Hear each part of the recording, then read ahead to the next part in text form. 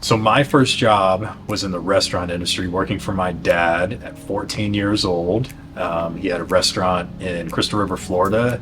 If you're of my age, you may remember the Rack's Roast Beef restaurant chain. But my dad was a franchisee for them in the 80s.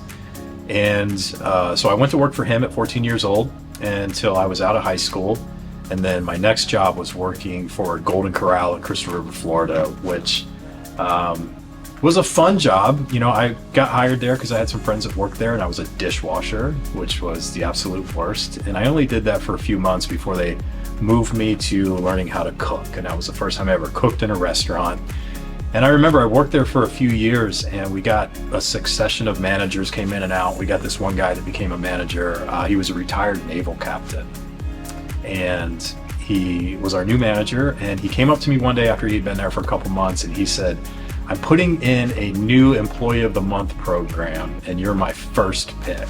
And he said that I had heard that you were really good, but I didn't realize how good you really were. And that was the first time I'd ever been like recognized for anything. And I was like, "Oh, wow, that's great." So he takes out a camera and he's like, "Let me take your picture." So he takes a picture of me, and this is before cell phones, so you don't know what the picture looks like. I didn't know what he was going to do with it. And then 4 days later, I'm opening the Citrus County Chronicle in Crystal River, Florida, and there's my picture. Golden Corral, it congratulates Employee of the Month, and there's me with my stupid paper hat on. And of course, my parents cut it out, framed it, hung it on the wall in the house, which was the worst thing ever. But from that point on, all the way through until really my mid-40s, I always had a job of some way, shape, or form in the hospitality industry, working in restaurants. When I first moved to St. Petersburg, Florida, I worked at the Lone Star Steakhouse in Tyrone that's no longer there, but I was a prep cook and then a line cook and then a manager.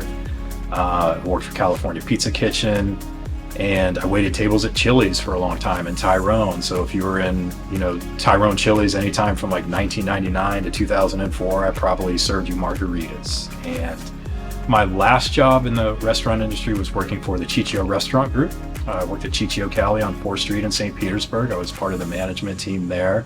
And I think that one thing that being in the restaurant industry really taught me that I've been able to bring into real estate is being able to talk to people. When I was a kid, I was pretty shy. I did not want to be the center of attention. I still really don't want to be the center of attention, but when you are interacting, especially as a waiter, if you're interacting with hundreds of different people during the span of a week, you just learn how to talk to people and listen to people and understand their needs and their wants and be able to get that to them in a timely fashion. I think that was something that really helped me when I got into real estate, was being able to communicate with people from all different walks of life and understand who they are, what they're looking for, and how I can help them.